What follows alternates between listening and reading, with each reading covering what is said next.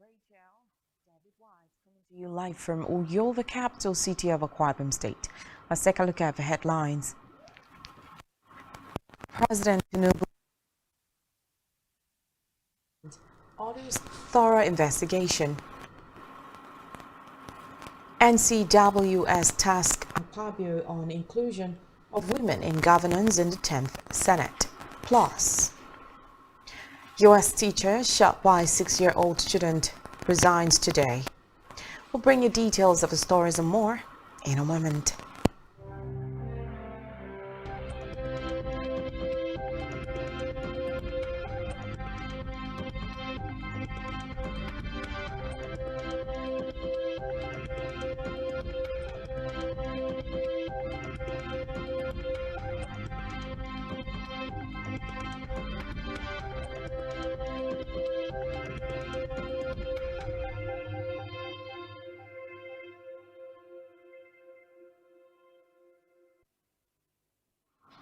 First, in the news this afternoon is Nigeria's leader, President Bola Tinubu, who has expressed sadness over the boat mishap which occurred in Kwara State, claiming many lives.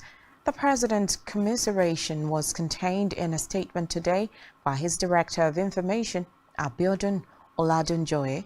Reports say the boat accident led to the death of over 100 people who were wedding guests at Ewu village in Patigi local government area of the state. Meanwhile, President Tinubu has met with former President Goodluck Jonathan, his first official visit from one of his predecessors. Jonathan, who doubles as head of the ECOWAS mediation team to Mali, noted that the visit was to discuss issues pertaining to Africa and the West Africa sub-region. Jonathan disclosed to journalists that the visit was to brief the president about some continental and subcontinental bodies as the ECOWAS mediator for Mali and chairman of the West African Elders Forum.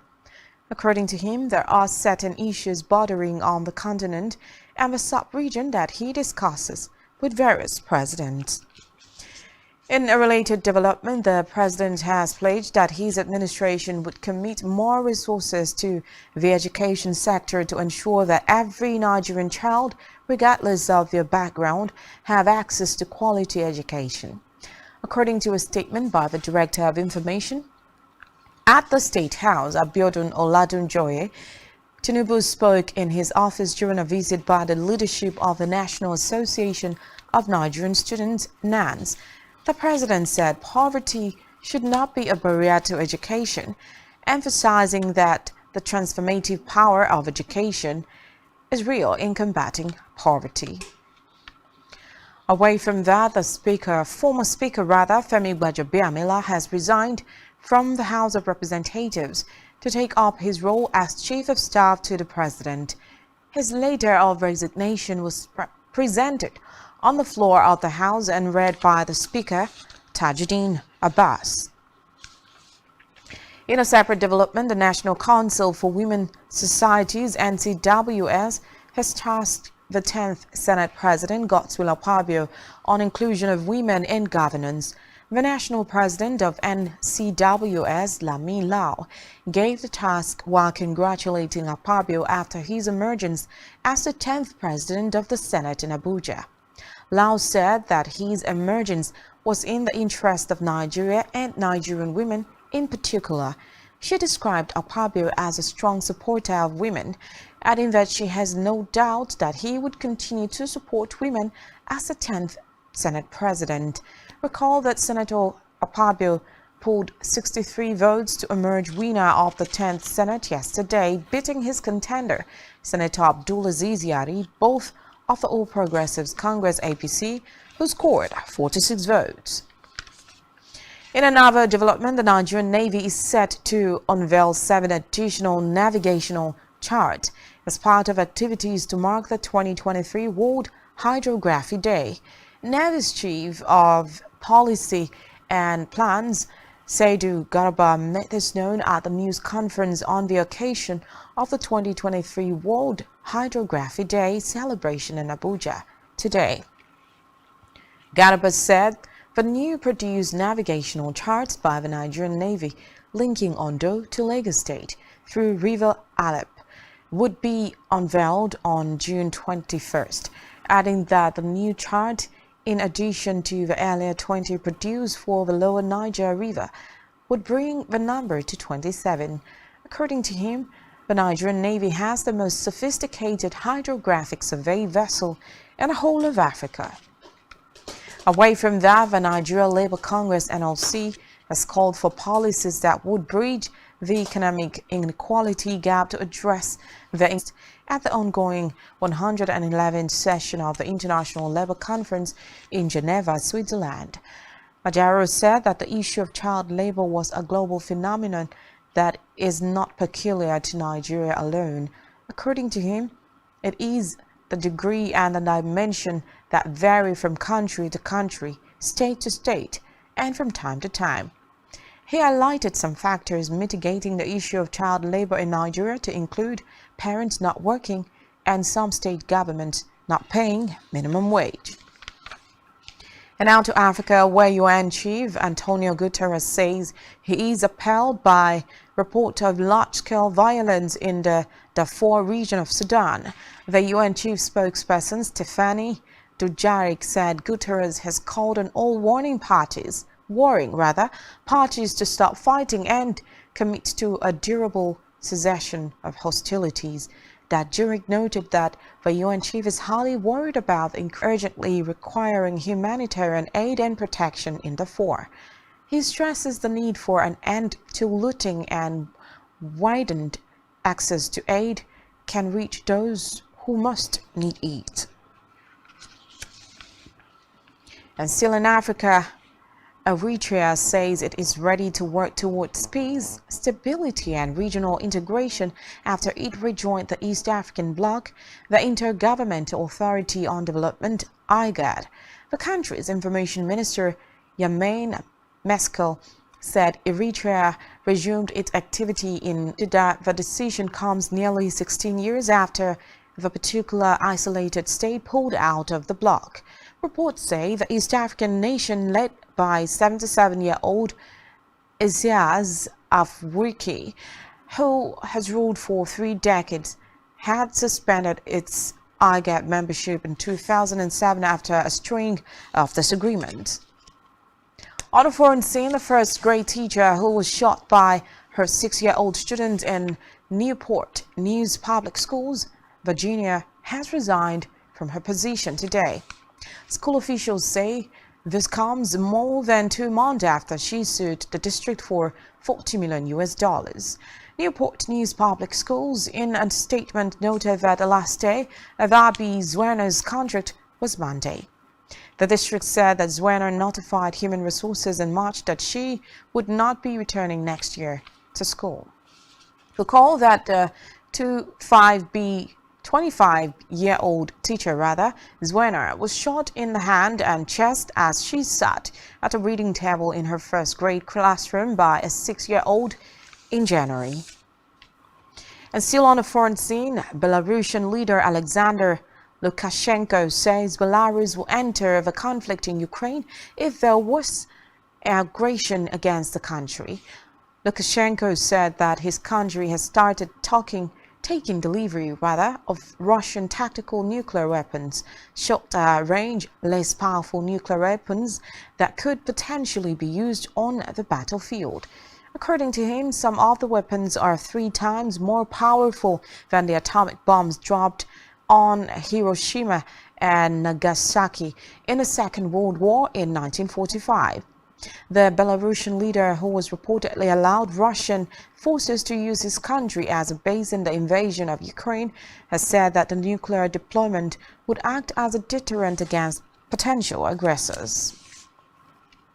And still to come in the news, ex-Chelsea manager John Hollins dies. To stay with us.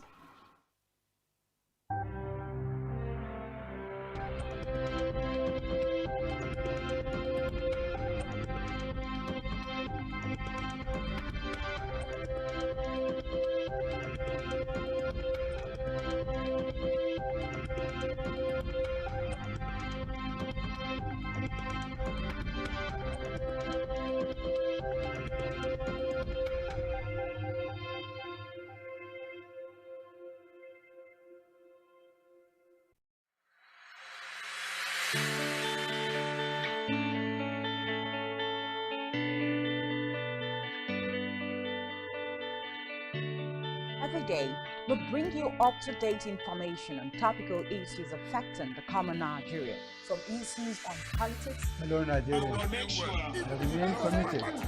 security,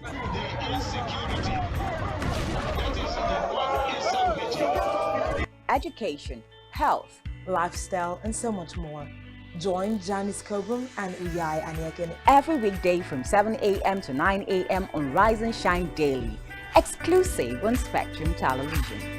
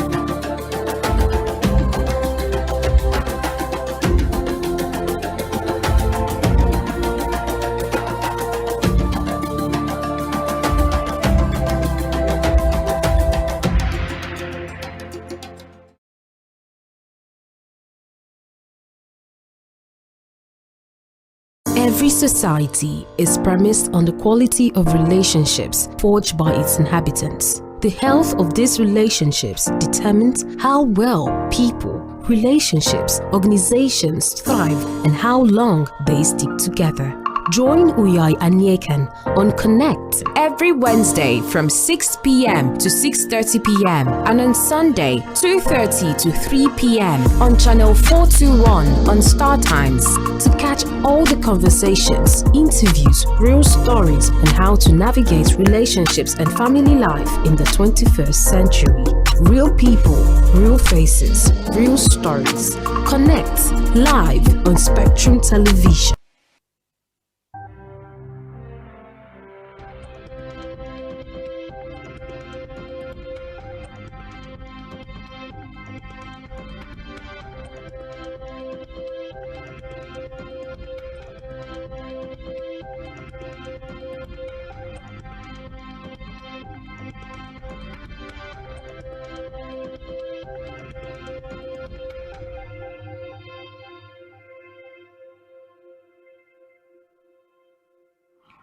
Welcome back and many thanks for staying with us.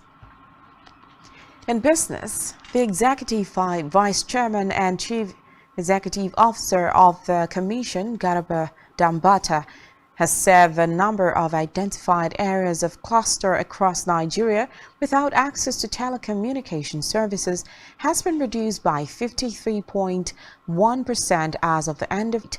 He said from 207 clusters of access gaps in 2013, the industry has witnessed a reduction to 97 as of the end of 2022 by bridging 110 clusters of access gaps, representing a 53.1% reduction.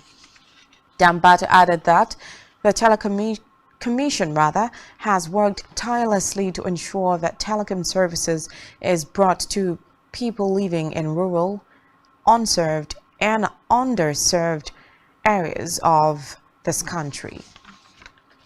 And still in business, the federal government has issued and signed licenses for the establishment of 2 crude oil export terminals capable of generating $11 billion revenue annually for the country.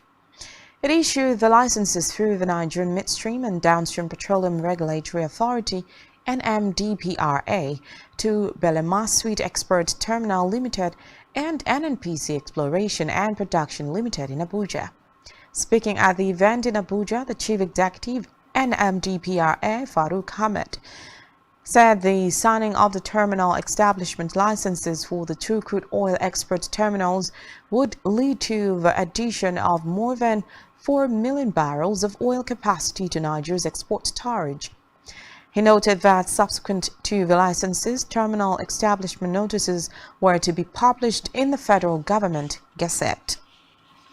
In health, residents of Uyo, the Akwa Ibom state capital, and Nigerians generally have been called upon to see blood donation as their civic responsibility to serving lives. A consultant and dermatologist, University of Uyo Teaching Hospital, Dr. Timothy Ekwere, made this call while speaking with Spectrum Television on the importance of blood donations to mark the World Blood Donor Day.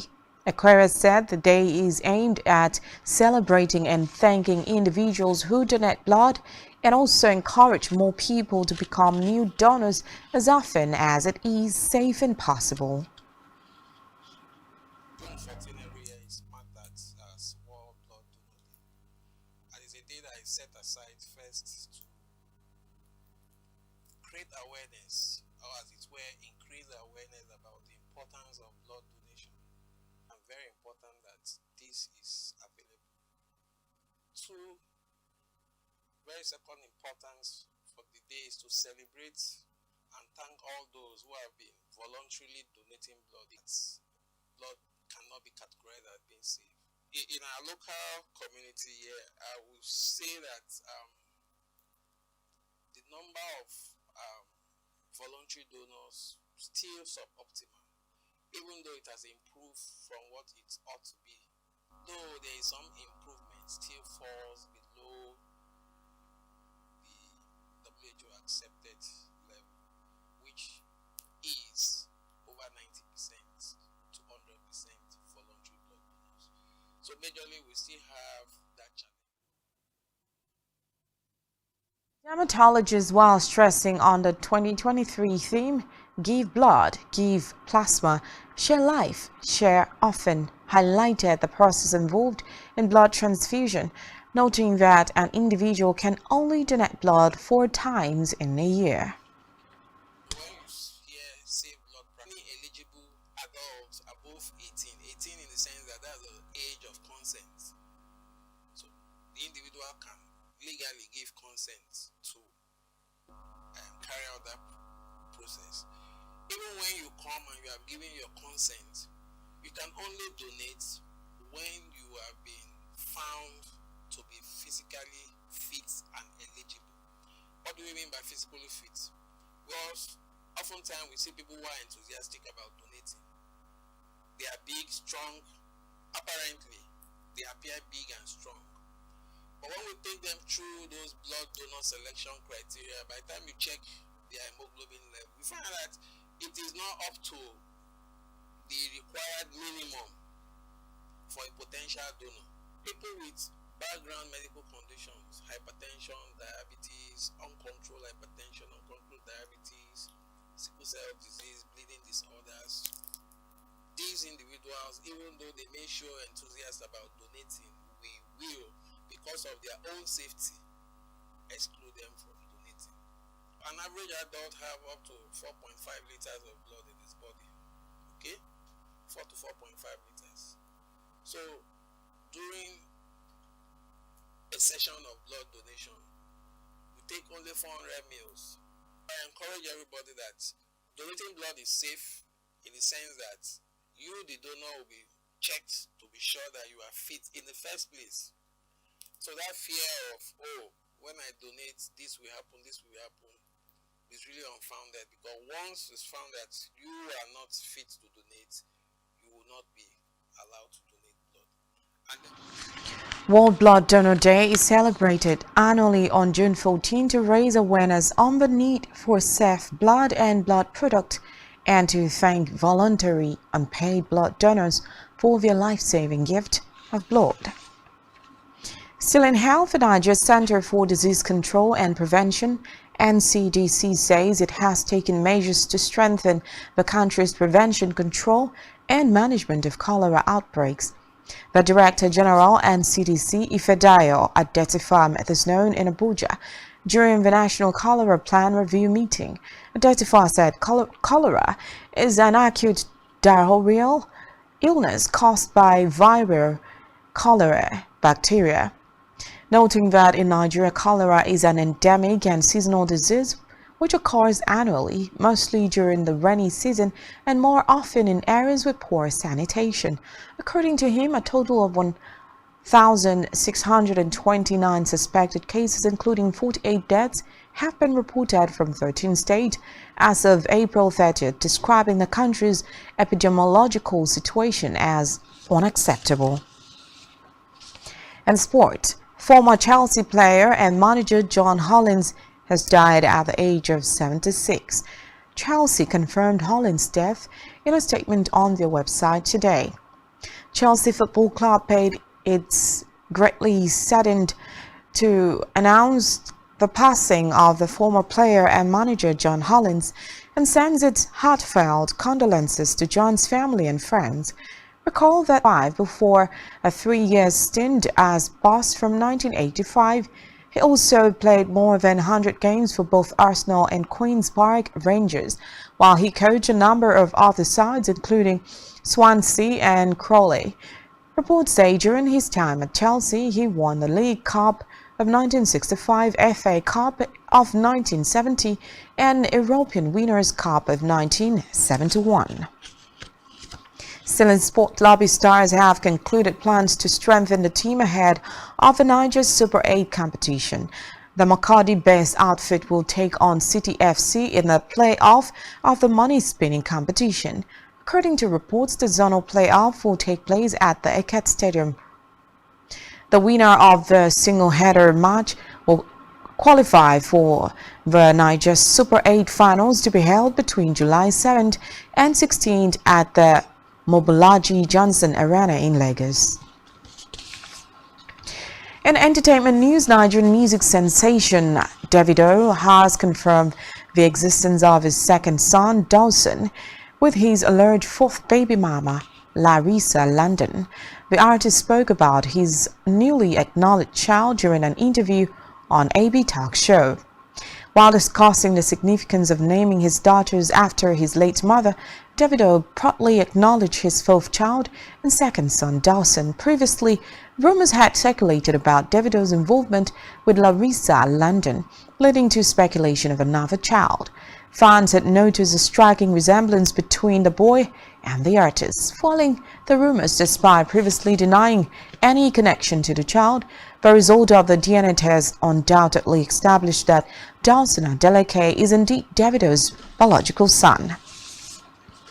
And still on entertainment news, American singer-songwriter Janelle Monáe has recently released an album on which explored Nigerian sounds.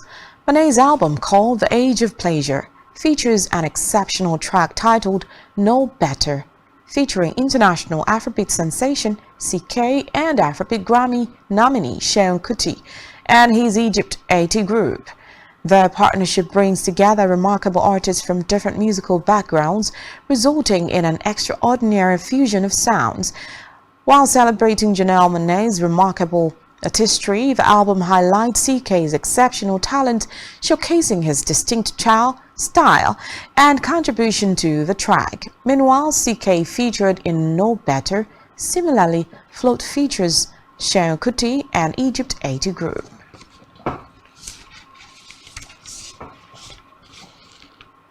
And that's all we have for you at this time. To ensure to follow us on social media and subscribe to I am Rachel David White. Good afternoon.